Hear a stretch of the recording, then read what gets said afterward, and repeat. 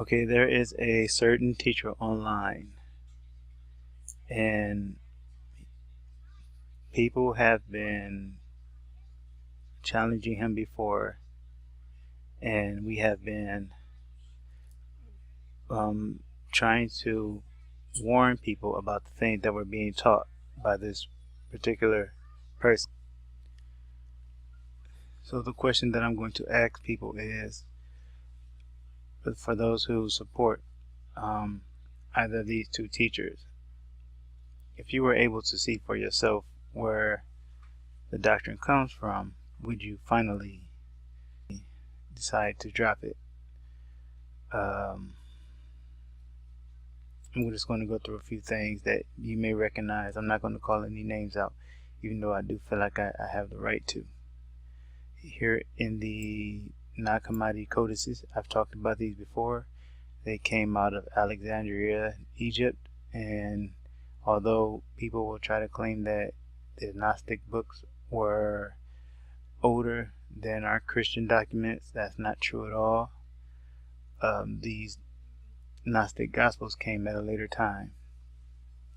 So while Gnosticism itself has been around for a long time, but this whole Christian Gnosticism is a late invention.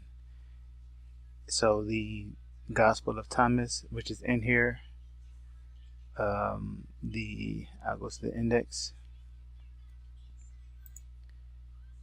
Let's see here, the Gospel, some of these books like the Gospel of Thomas, and there it is right there, Gospel of Thomas.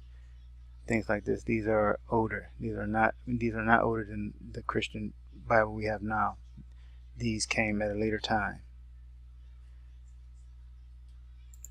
So the book that I am interested in showing you all now is it's called the Secret Book of John, or the Apocryphon of John. And I'm going to show you where some of this stuff that you're hearing on the internet came from.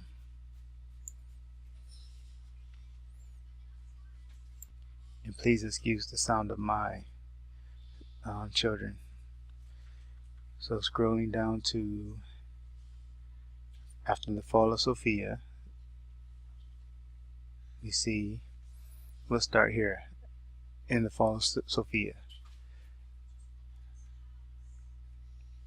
Here, when Sophia saw that what her desire had produced, it changed into the figure of a snake with the face of a lion. Its eyes were like flashing bolts of lightning. She cast it away from her, outside that realm, so that none of the immortals would see it. She had produced it ignorantly.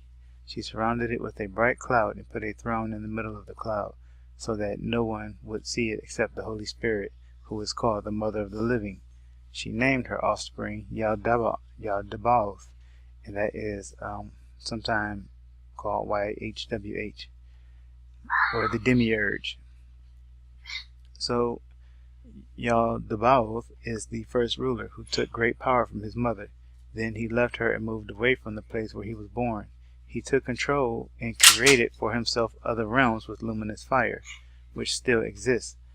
He made it with the mindlessness in him and produced authorities for himself. So this is where he produces his angels, which are often referred to as the archons, or the princes, or the rulers. Yaldabaoth stationed 7 kings, 1 for each sphere of heaven, to reign over the 7 heavens, and 5 to reign over the depths of the abyss. Alright, now we'll go down to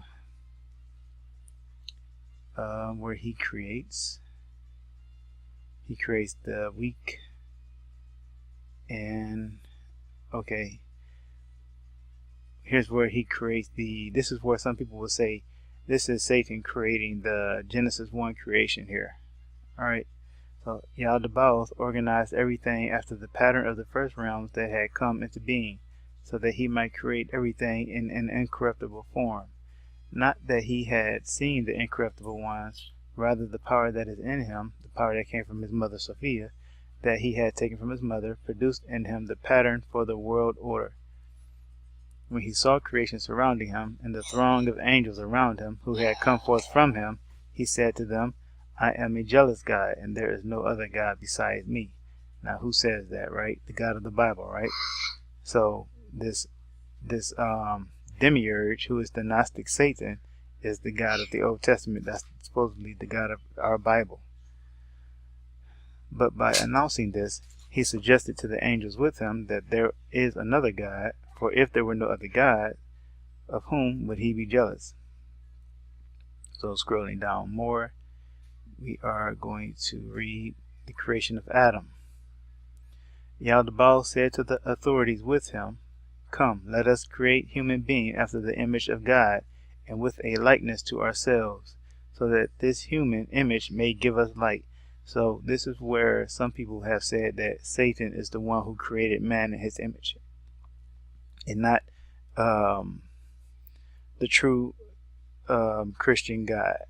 Okay, so what they're saying is that the God of Genesis chapter 1, when he created man in his likeness, was Satan. That's what they're saying. And now you can see with your own eyes where it comes from. They created through their respective powers according to the features that were given to them.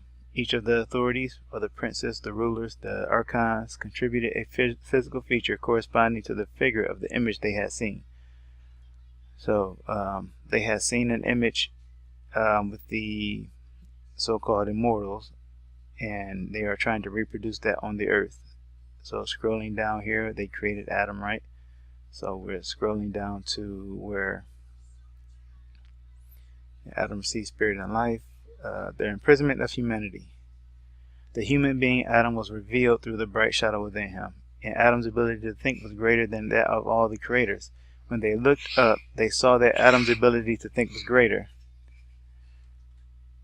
and they devised a plan with the whole throng of rulers and angels. They took fire, earth, and water and combined it with 4 fiery winds. And let's just go down a little bit more. The rulers took Adam and put Adam in paradise. They said, "Eat," meaning do so in leisurely manner. But in fact, their pleasure is bitter and their beauty is perverse. Okay, now here we go. They put their tree of life in the middle of paradise. So what happens here is that the tree of knowledge of good and evil was supposedly the only tree that they were that was good. The other trees were traps, essentially. So let's see if I can find that quickly for you. Okay, it's further down, but we'll just start with the creation of Eve happens. My son is acting like a dinosaur right now. For this reason, man will leave his father. Okay, so scrolling down more, Eve has been created, right? So Adam and Eve are in the garden, and Yaldabaoth defiles Eve. So this demiurge, the God of the Old Testament, who is Satan, according to the Gnostics, rapes Eve. He found the woman as she was preparing herself for her husband. He was master over her, and he did not know the mystery that had come into being through the sacred plan. The two of them were afraid to denounce Yaldabaoth. He displayed to his angels the ignorance within him. He threw the humans out of paradise and cloaked them in thick darkness. The first ruler saw the young woman standing next to Adam and noticed that the enlightened afterthought of life had appeared in her. Let's scroll down to, okay. The first ruler defiled Eve and produced in her 2 sons, a first and a second, Elohim and Yahweh. Okay, Elohim, let's see, okay, here we go. The first ruler defiled Eve and produced in her 2 sons, the first and a second, Elohim and Yahweh. Elohim has the face of a bear and Yahweh has the face of a cat. One is just and the other is unjust. He placed Yahweh over the fire and the wind. He placed Elohim over the water and the earth. He called them by the names Cain and Abel with a view to deceive. So he rapes Eve, Yaldabaoth, Satan, and produces Cain. This is where it came from. To this day, sexual intercourse has persisted because of the first ruler. So this is the reason why, according to the Gnostics, humans still have sex today. It's because of what happened in the Garden of Eden. So sex is the forbidden gateway, right? That's where it comes from. It comes from this Gnostic text. So we saw here the creation of heaven and earth by Satan, which is supposed to be compared with Genesis 1. And we also saw the rape of Eve in the garden. and it came from the Gnostic Society Library. So when I go online and I call someone a Gnostic, where I say they're teaching Gnosticism, and I say that it's coming from this book, these books themselves are called Gnostic. So it's not a derogatory term that I'm using to try to defame or to slander someone or commit libel against anyone. That's what it's called. It's called Gnostic. So I hope you all can share this with people. If you know any teachers who are teaching some of the things that come out of these books, and we can try to get as many people out of these deceptions as we can. So thank you, and Jesus bless you.